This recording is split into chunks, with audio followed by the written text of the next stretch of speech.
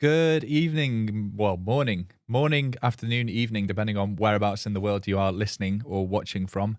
Welcome everybody to the Gaming Careers Podcast. It's been a couple of weeks that we've been away, but we are now back with plenty to cover this week. If this is your first time ever watching this podcast, this is a live show that we do every single week, usually, covering all the live streaming and content creation industry news.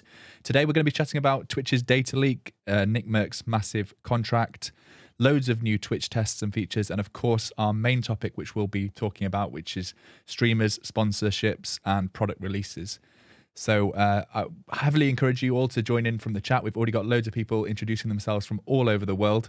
So I want to say a quick hello to Denitha, Hype Nova, Cali Wally, Novella, GNG, Alexander, as well as plenty of others. And then we'll send this across to Ben to check how he is. How are you doing, Ben?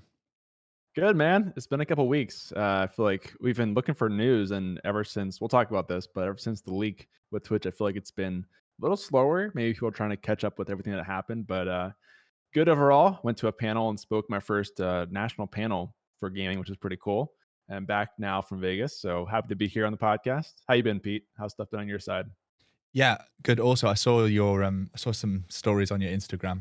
It looked like you were staying up late in Vegas in that panel, so very jealous of traveling and all those kind of things. Hopefully we'll be able to do similar things next year at TwitchCon and things like that. But yeah, I've been really well. Similar to you, basically since the last podcast, the massive news is the Twitch leak, which I think everybody now knows about and has been covered in detail. We'll touch on it tonight, but it certainly won't be the main focus of the podcast. But there is quite a lot to start on. Should we dive straight into the Twitch leak stuff? Do you want to sort of introduce that? Yeah, for sure. So I think by now people have probably seen this. I'd be surprised if you haven't. But basically, a couple weeks back, a huge data leak came out for Twitch's source code, including a lot of secret things. And the biggest of which was the actual revenue ranking for streamers, which since then has been kind of memified, and people even made up rankings, extensions, and things like that for Twitch to see who's making the most money.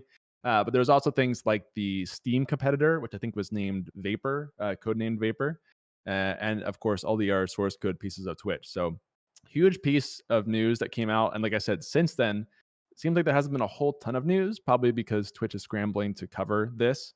Thankfully, it seemed like there was not a whole lot of personal info leaked besides obviously the revenue for the streamers. And it looked like some people had some zip codes leaked, and it was like a dozen people total or something. So not too bad, no passwords or anything. People still did a lot of resetting, stream keys, 2FA, that kind of thing. But really crazy to see this much of a leak come out from Twitch, and I think they're still kind of reeling from it even today, really. Yeah, I agree. I reckon they probably had loads of things scheduled that they wanted to announce since then, but they're still trying to, die down from this huge data leak. It was quite lucky for me because it kind of happened, or the main news of the leak happened in my daytime, which is overnight in the US. So I was one of the first kind of Twitch news Twitter accounts to tweet it. So I managed to reap in all of the likes and the retweets from my tweet, which was great. And obviously it's a massive problem. This happens all over the internet. It's not unique to Twitch. We've seen leaks happen to loads of huge companies, but I guess the difference here is that a lot of the creator earnings were also leaked. So like Ben mentioned, there was loads of extensions and people tweeting like the top 100 earners on Twitch and how much they'd earned over the last 2 years. And I think some people were surprised about how much this top 0.01% was earning on Twitch. I think anybody in the industry was probably like, yeah, we've been telling you that the very top of this pyramid is really heavily outbalanced compared to the bottom 99.9%. They are earning big money, and this is just earnings from Twitch, which is like subs and bits. So you're not talking about donations, which go through Streamlabs or Stream Elements. You're not talking about sponsorships. You're not talking about YouTube or merch or all those other things. So yeah, they're making big bucks. And I think most Twitch streamers dealt with it as best as they could. They were kind of memeing on it. I saw for a few days like people referring to each other with their number of like how high of an earner they were.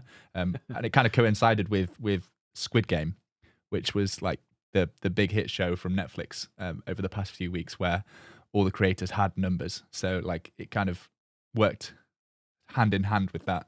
But yeah, obviously, if you hadn't heard about this yet, please do go and reset your password. I'm kind of surprised that Twitch didn't enforce a password reset, Ben. They did reset everybody's stream keys in case anything to do with that was leaked. But like you mentioned, and I'll bring this up in the screen share, a few creators got an email basically saying that there was a possibility of the postal/zip code that is associated with your Twitch account also being leaked along with earnings. So that's a big problem if that happened to a big streamer. You know, big streamers try and hide their address as much as possible to try and avoid getting stream sniped or somebody, you know, calling the cops. What do you call that? Swatting. That's it. Yeah.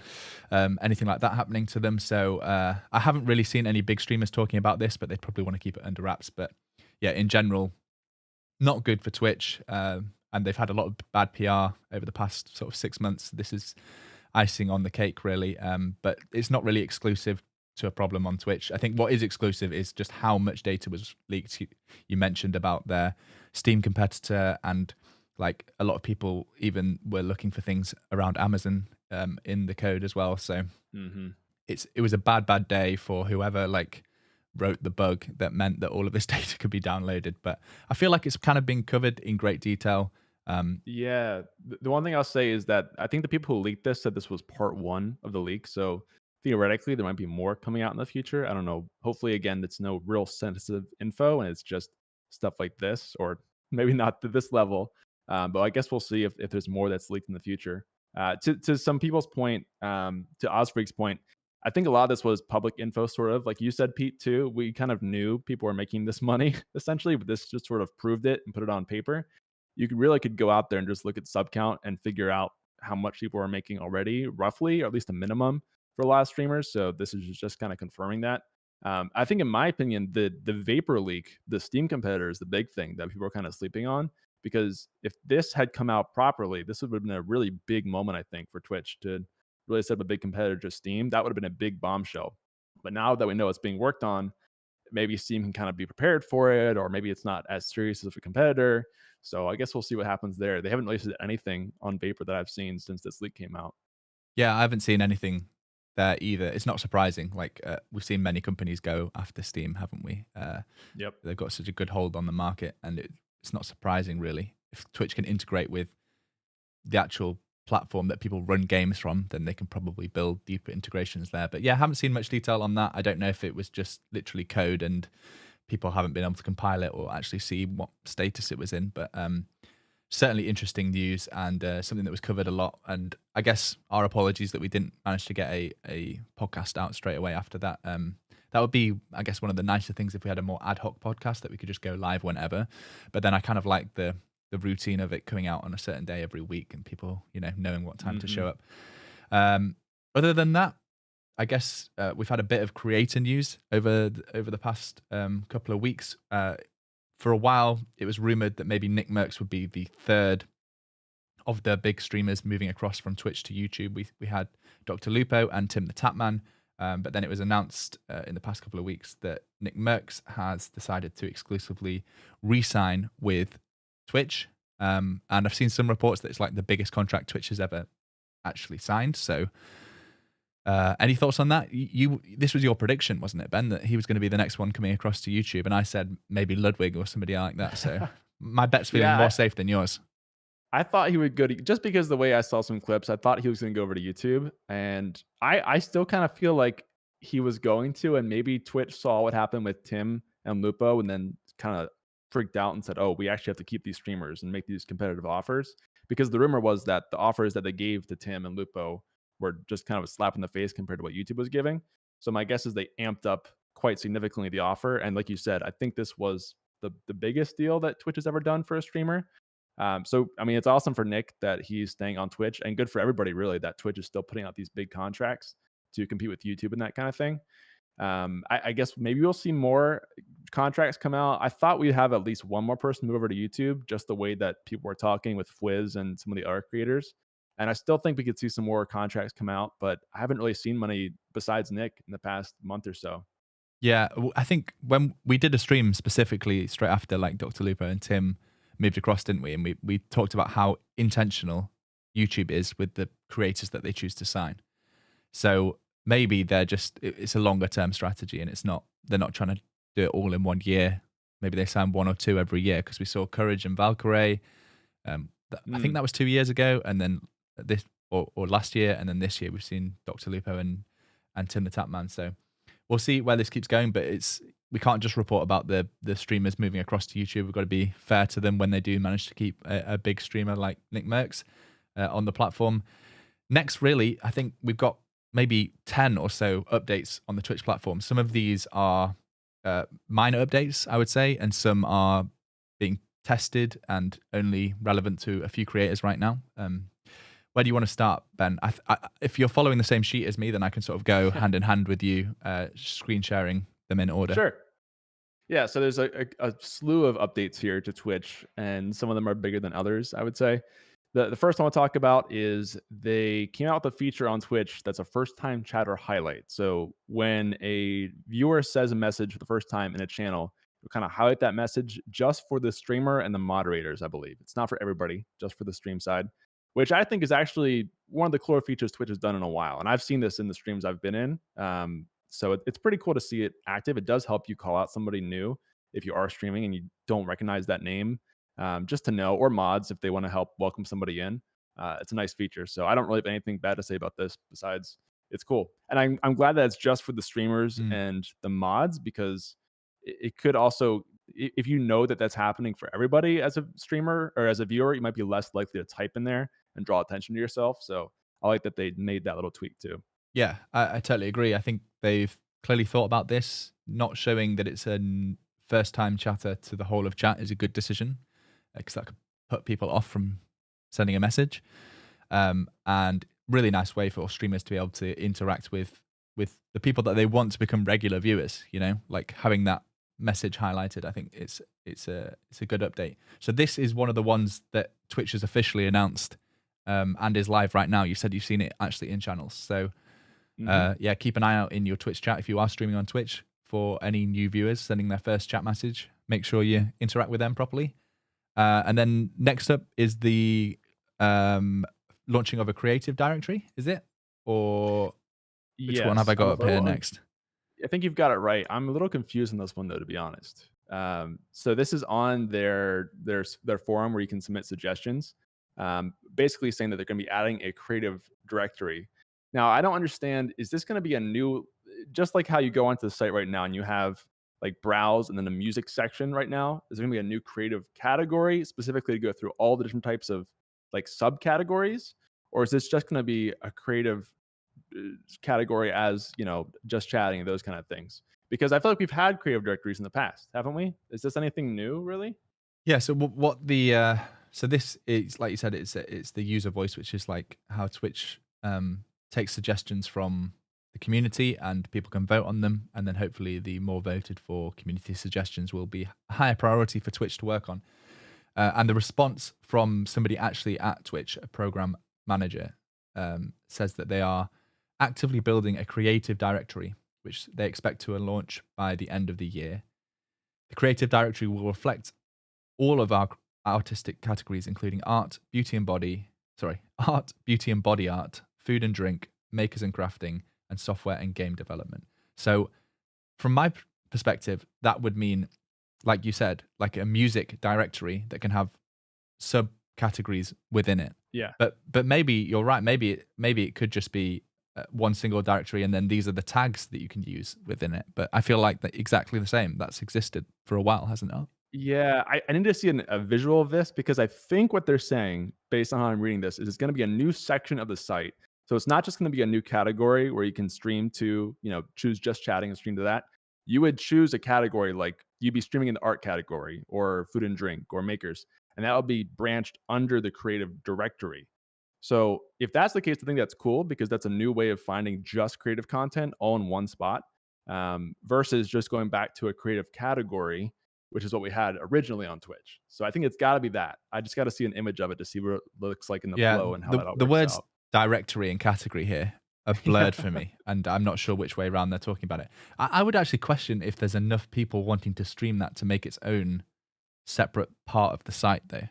But I guess you could say the same about music and sport. Like they're not particularly big right now, but Twitch is trying to grow those sections of the Exactly. site, and maybe they see art and software development and food and drink as big.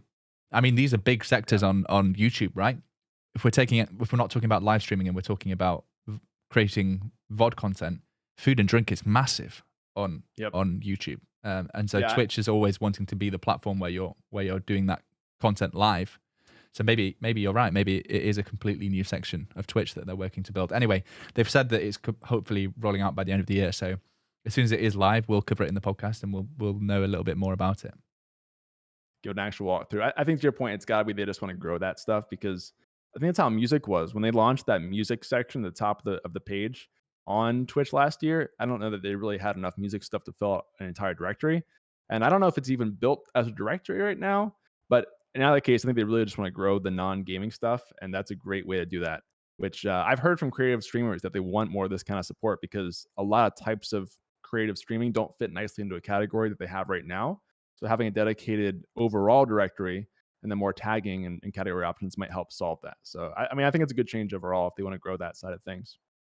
So talking about little updates that Twitch are announcing, they've also Zach Bussey has discovered that there is going to be a new badge that you can apply to your chat for emote artists. Obviously, there's a big section of the creative community of people that create emotes for streamers, and you're hopefully soon going to be able to mark that person in chat by giving them a certain badge. This image isn't particularly good because Twitter has decided to expand it the whole way, and obviously it's meant to just be a little icon next to somebody's name. But I imagine this is going to work the exact same way as VIPs work right now. It's going to be the streamer's control.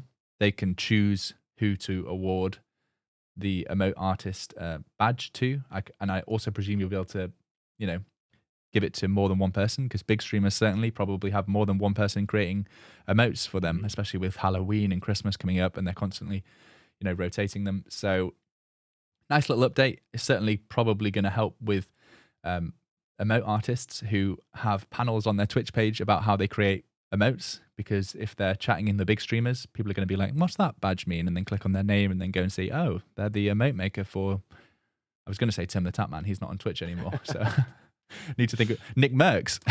Yeah. And then maybe go and follow and spend money getting emotes made by the same person or something like that. But yeah, relatively minor. I don't know when this is going to come out. Neither does Zach. So I guess we'll have to see this when we see this. Any thoughts, Ben? Yeah. I mean, this is really cool. Again, a little feature that I think I can't knock for any reason. I think it's cool that they can highlight this. It'd be cool if they had other similar roles like video editor or other types of, manager, things like that in the stream too. But this is cool because it also supports the creative community around Twitch. So even if you're not a streamer, you can now kind of get yourself out there in the channels and let people know that you do make emotes. So it's a cool way to support that sub business on streaming too. Yeah, totally agree. Well, let's stick with emotes and go to the emote analytics. So this is actually tweeted from Twitch's support Twitter, and they're basically talking about how you can see how often different emotes are used on your channel. Right? Have I got that right, Ben? Yes, yeah, you can go through and just see within a certain time frame. You can look both within your own channel and in other channels. So within or without your channel, and see which of your emotes are getting used the most across Twitch or just in your channel, which is kind of interesting. And I hope, I mean, it might help you look at which emotes you should make variations on, or which ones to kind of rotate out if ones aren't performing very well and people aren't using them. So that's a cool feature. Again, these are all little things that aren't mind blowing to me, but they're nice little things to have just to tweak your own content a little bit, make it more engaging for people. So I think it's a great change. How many streamers do you think are going to be diving into that analytics month by month, making business decisions based on which version of their animated emotes are being used the most? I mean, I'm just trying to play devil's advocate and thinking, is this what Twitch should be prioritizing? I love data, Ben, and me and you are both data nerds, so I'd love this, seeing which emotes get used the most. But I'm just thinking from somebody seeing this that's like following Twitch's Twitter account. Maybe this is why they've tweeted this from the support account, because they're like, this is such a minor feature, and if we're trying to just sweep this huge data leak under the rug, we can't be tweeting things like this from the same account. But you can certainly see why people might think they've got higher priorities, but we're talking about a huge business here where they have multiple different teams, and probably, Right. a team of 4 or 5 developers have been working on this for a few months, and they're completely separate to the rest of the business. So, yeah, I like it. It'll be cool to see if you're like a medium-sized streamer, between, I say medium-sized streamer, but probably a partnered streamer. We're talking around 100 viewers. This probably is quite useful data because you don't have that many slots for emotes, and you want to see which ones your community use. And maybe you think you know that by just reading your chat, but now you actually have the data to back that up with. Yeah, I think it's cool being able to see off your channel too. So that would be interesting to me to see which emotes people are using in other channels of mine, because then you could do things like make holiday edits to that specific emote that's people love using the most, or again just get rid of stuff that you like, but if you look at the data, no one has used that emote for a Mm. year, so maybe it's time to refresh It's that. not. It's But not. to your point, these are just minor. Again, this is not what's broken with Twitch, right? Mm. This is not like the crucial issues that people are facing on Twitch. So it's nice, but I'm not like gonna go spread the word about this to everybody. Essentially, It would be nice, I think, on seeing where your emotes are performing outside of your channel, if you could see where they're being used. Like if you could get a hmm list of Twitch channels that are, most commonly your chat, well, people from your chat that are sub to you that have your emotes are using your emotes. But maybe there's some like GDPR stuff about, where oh yeah, where people are using emotes. I don't know. I don't understand all of that data stuff. What's next then? The dashboard quick action. Yeah, this yes, is really small now. But they've made some changes to the dashboard. The dashboard in general has had massive improvements over the past year, maybe 18 months.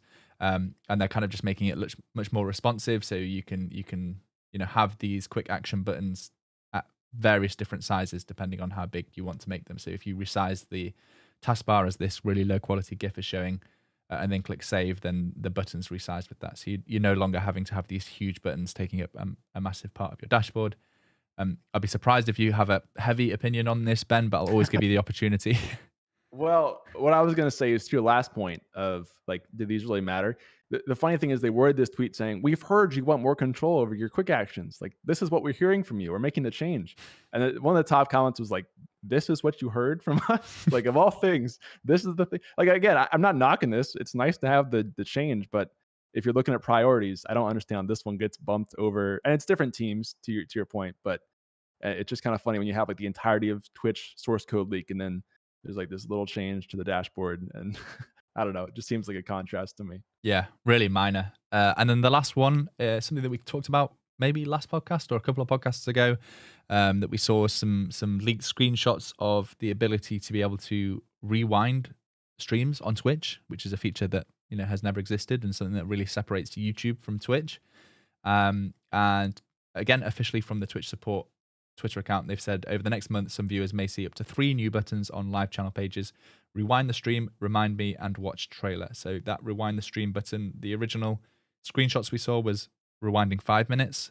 Some people who have posted responses to this have seen 2-minute rewinds, but it's not just. Did you click something or just your internet? No.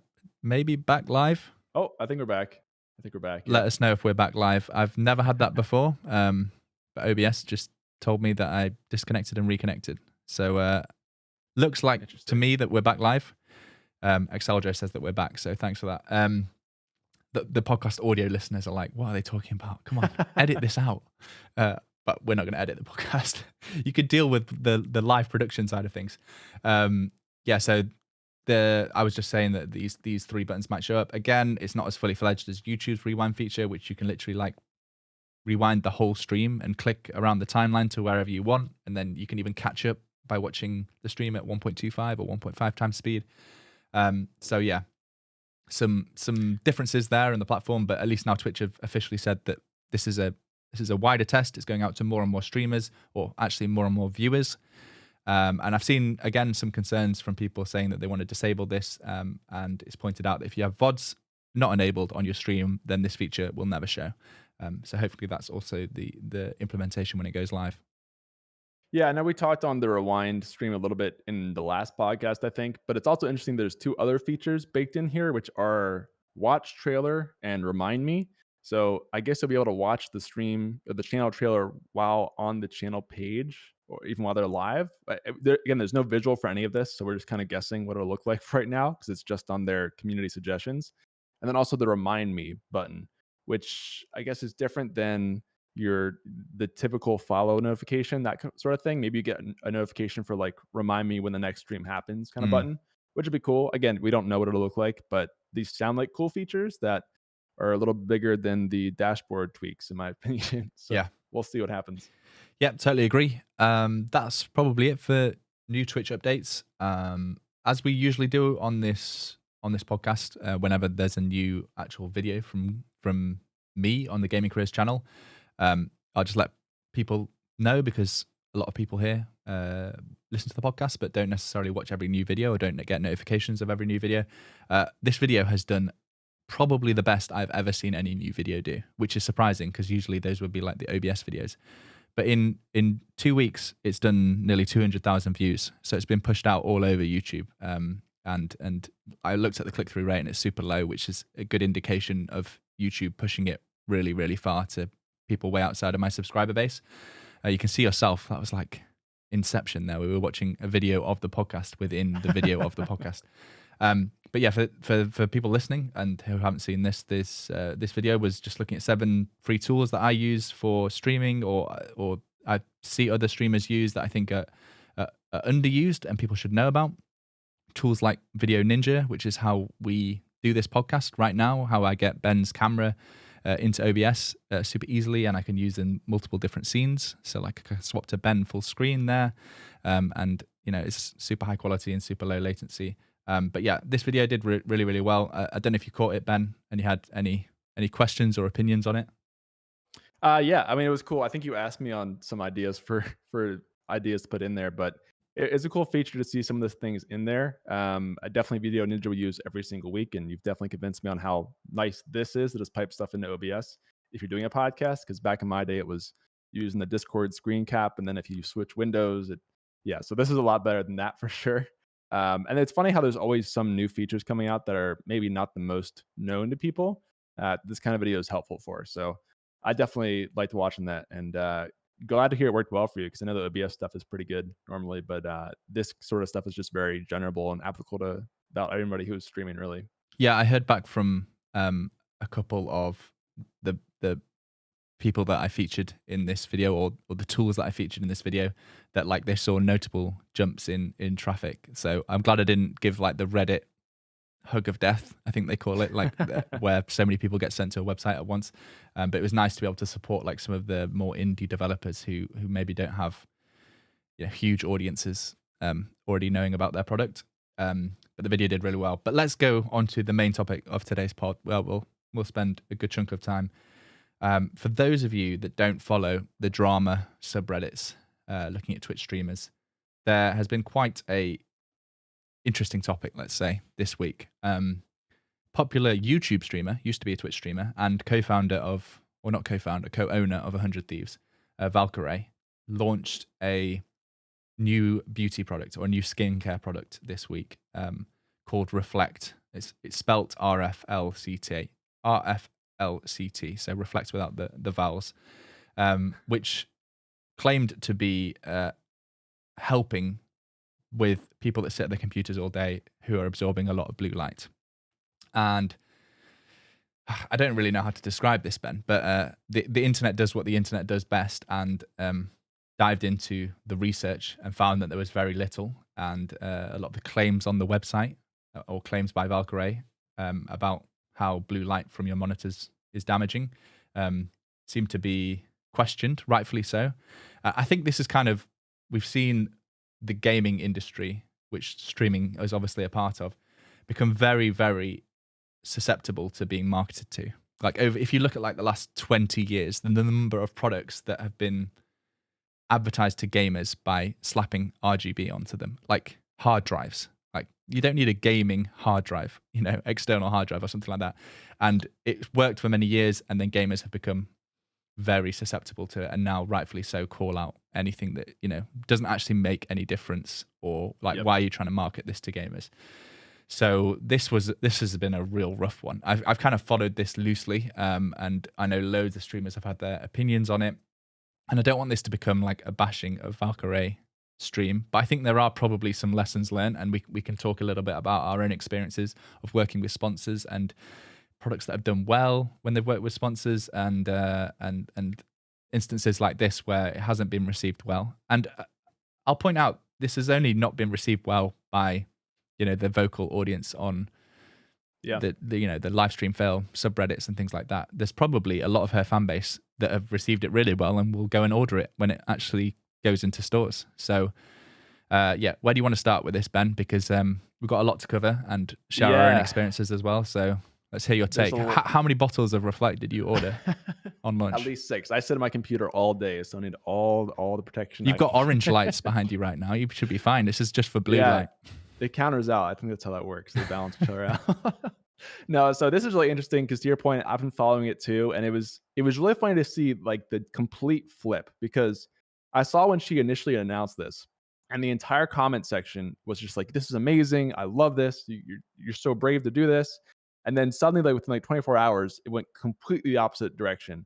People backed out and were critiquing this. And to be fair, I think it's okay to critique this, and it is, because to your point, this audience, the gaming audience, has had so much marketing thrown at it, especially in the recent years, that there are scams out there and things that don't work that are just trying to hit that audience to sell to. So I think it's good that the audience did critique this.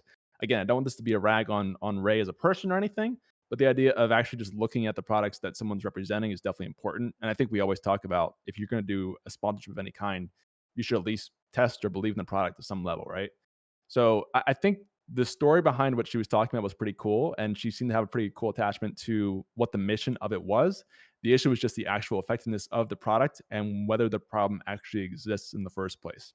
So it's different than some other people who have done their own products. I was talking to people for the podcast about, I'm really looking like the health space of health products, because there are some other products out there in, whether it's like books or peripherals, things like that. I think the health space is trickier because research comes into it and things like that. So things like Tyler One has his pre-workout, which is Blood Rush. And that stuff I've not seen a whole lot of critique for. But to be fair, pre-workout for a supplement is a very established concept, right? People have been making pre-workout for years. And so I don't think there's as much critique for that kind of thing versus this, where you're saying basically there's a new problem. There's a new problem of this blue light that we have to solve. There's no solution out there yet. So here's mine. I think that's why there was a lot more critique for this than other similar products that maybe weren't, the first of their kind, but just a new addition or like a better version of something that was already out there. So that's my kind of perspective on it. I know there's a lot of other products that people have done or sponsorships and collaborations. Do you have any thoughts on that side as well?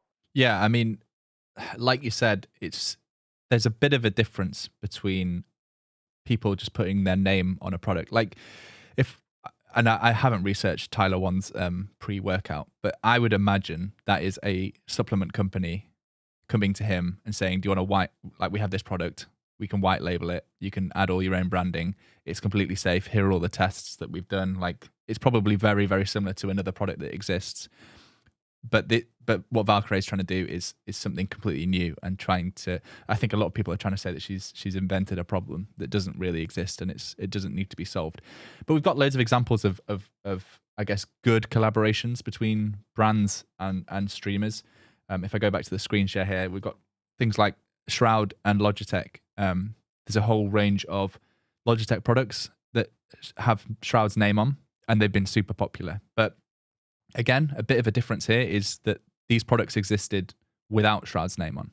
This is just the G Pro series, and you can just buy the Shroud branded ones. So Shroud hasn't had to do anything for that. He's just signed a contract and probably has to use the peripherals and talk about them 3 times a month or something like that would be his contractual obligations.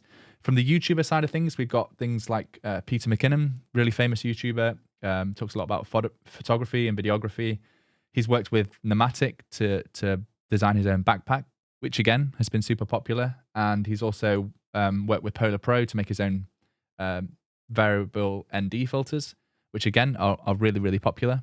How much he's involved in these is hard to say. Like with the backpack, I remember watching the launch video and he's talking about like the specific compartments that he wanted and how it's been built. But, that's also good marketing. He might have just been completely separate to it and been like, yeah, I quite like this, put my name on it, let's sell tens of thousands of units. So there is a big difference, I think, in how brands collaborate with content creators, and YouTube seems to be, I guess, a little bit further ahead in this space. But again, it's tough to find examples of health products that have worked with streamers, and they're rightfully so going to be the ones that get more heavily scrutinized. So, I mean, there's also the last example that I have to share on screen is like the 100 Thieves Gucci one, which is quite funny because it also features Valkyrae in the video. Yep. And this was like some £3,000 bag or something like that. But there's been plenty of collaboration between brands and streamers for a long time. And like, to talk about some of my personal experience being a content creator in this space, I get, you know, dozens of emails every day from random brands wanting me to be sponsored by them or talk about their products or feature their products in videos. And to give you a rough idea, I probably turn down 99 out of every 100 emails that I get, because you can throw about 50 away right away because they're just like Blue Yeti clones that have been built in China, and they literally look the exact same as the Blue Yeti. That's probably the most common one that I get. But then there's even like, everyone will have a different line as to where their ethics lie. So a good example is like Raid Shadow Legends. I've probably had 200 emails from them over the course of the last 2 years. And I know plenty of creators that have worked to promote them. And, you know, if they really believe in the product and like it and think it's a good fit for their audience, then all the power to them. I don't particularly love that game or have spent any amount of time on that game, and I don't think it's a great fit for the channel. I'd much prefer to work with the brands that I already do work with, where I either use the product or think it's useful for my audience. But that's just where my ethical line lies, and everyone will have a different one, and then everyone's opinion is skewed on that. But to give you an idea, yeah, I turn down the vast majority of things that come in my inbox wanting to work as a sponsorship. And I think what this has kind of highlighted, this whole Valkyrae situation, is you might really know your audience well, but at the end of the day, you can lose them in a heartbeat. And we'll see how this affects Valkyrae moving forward. It's so early. We're still in the first week of this being announced, but I wouldn't be surprised if this could completely kill her career. Now, I would be surprised by that, I guess, because she's like involved in 100 Thieves and she's, you know, friends with a lot of big streamers, and she's still relatively young. But you've got to think about these huge decisions and the fact that we have this cancel culture now, and like one bad decision like this, where she clearly just didn't research enough, and she's even like done an apology stream, which didn't go down very well either. But there is big, you know, well, there's big consequences to these decisions that people make. So, well, that's my experience. You've got your own experiences to share, I'm sure, Ben, about working with sponsors. I do. I mean, I haven't worked with a ton of sponsors through my work. The funny example I have to share that's kind of health related is back in like 2016, this company doesn't exist anymore, so I can talk about it. I did a sponsorship with Power Toothpaste, which was like caffeinated toothpaste. And it was marketed, I think they were trying to get over the gamer audience because of G Fuel and everything.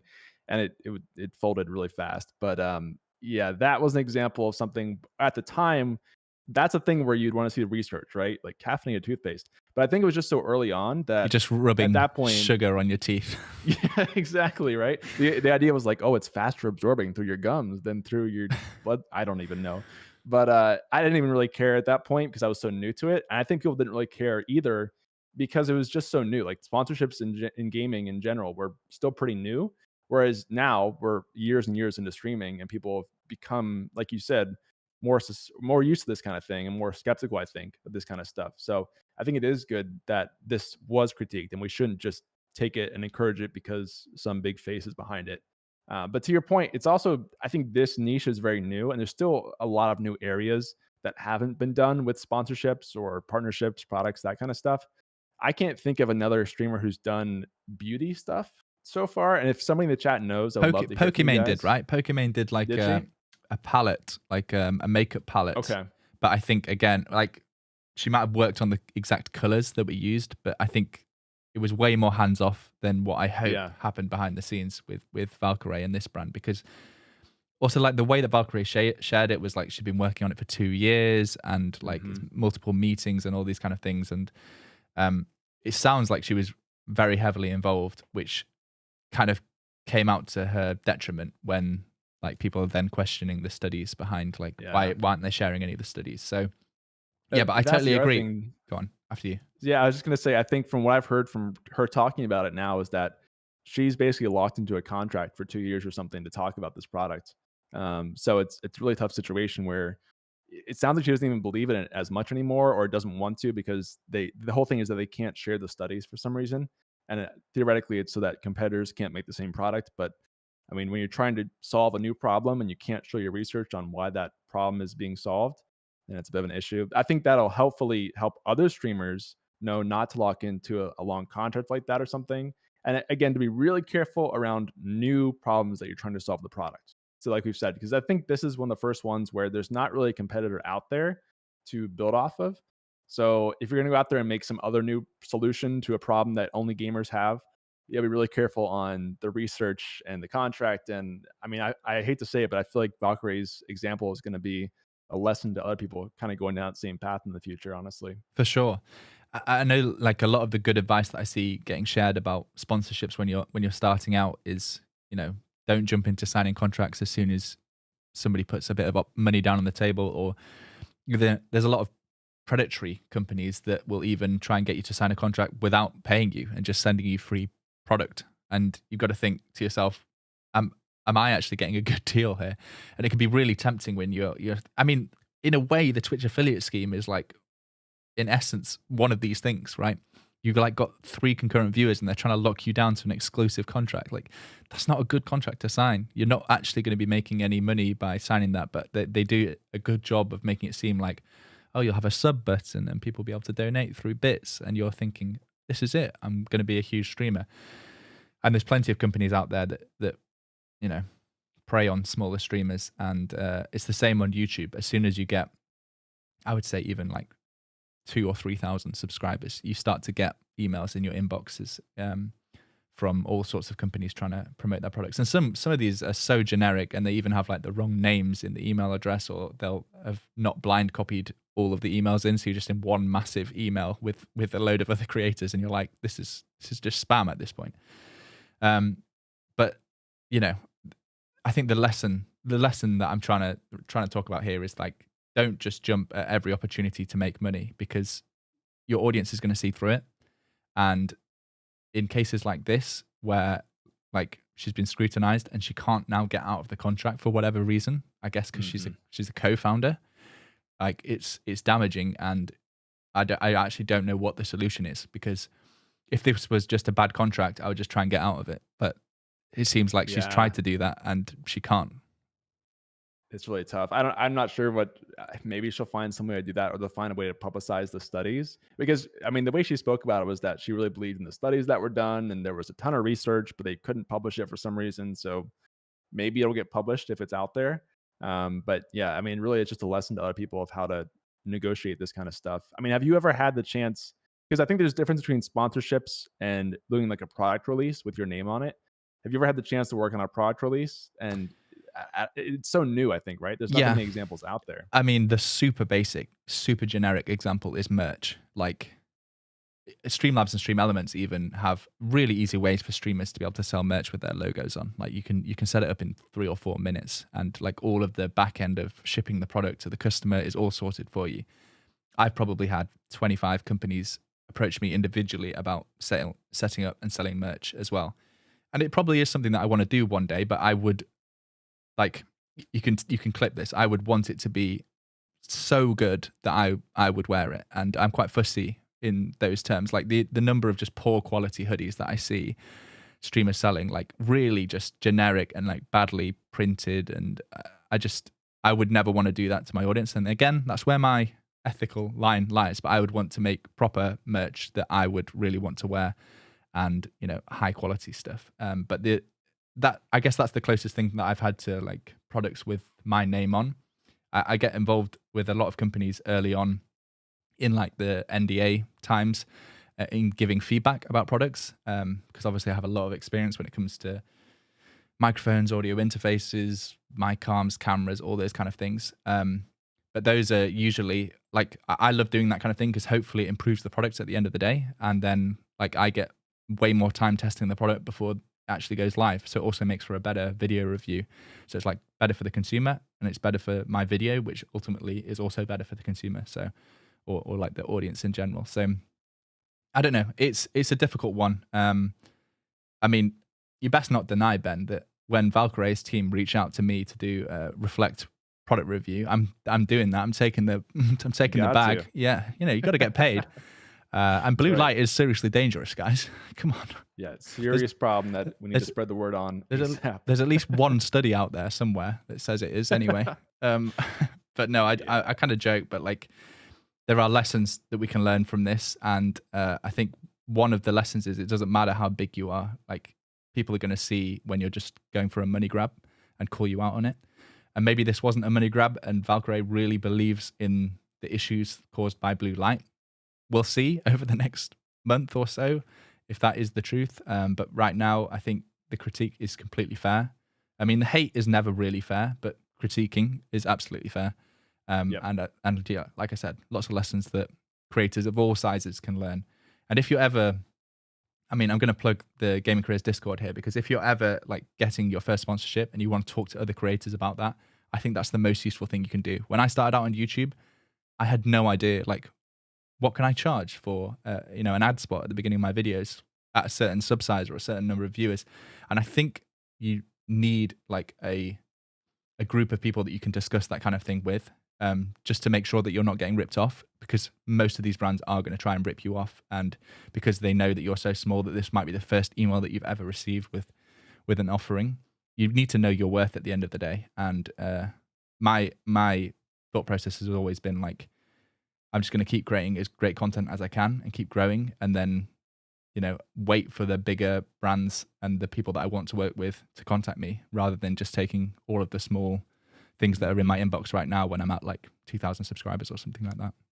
Yeah, and to your point, not just only the rates and that sort of thing, but also maybe having a friend group talk through the actual sponsorship or the product that you're going to be working with, and whether there's any red flags that they see or anything. I think that's going to become more important as more and more brands come into this space.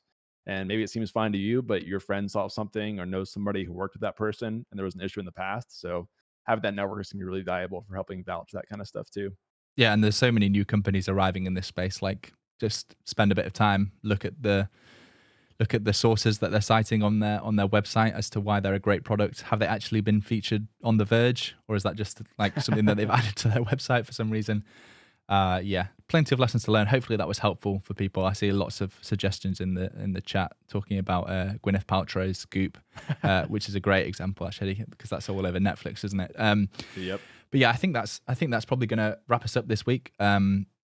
Back next week again, I think, Ben, if you're not flying off to do more, you know, gambling in Vegas, or what was it? No, you were actually at a conference, weren't you? But yeah, a little gambling too. But no, we should be back next week, back to our normal schedule. Hopefully, we get some more news coming out after the leak. I think YouTube sounds like they're about to roll out a roadmap, so maybe we'll have that next week. We'll have to see. That sounds interesting.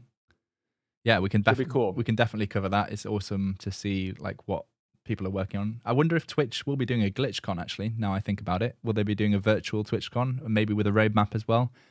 Maybe they're just going to sweep the rest of this year under the rug. Probably, yeah. We know that TwitchCon's back next year, so maybe they just save all their stuff for next year. It's hard to say. I feel like we would have heard by GlitchCon by now, but yeah, true. We'll see. We probably would have.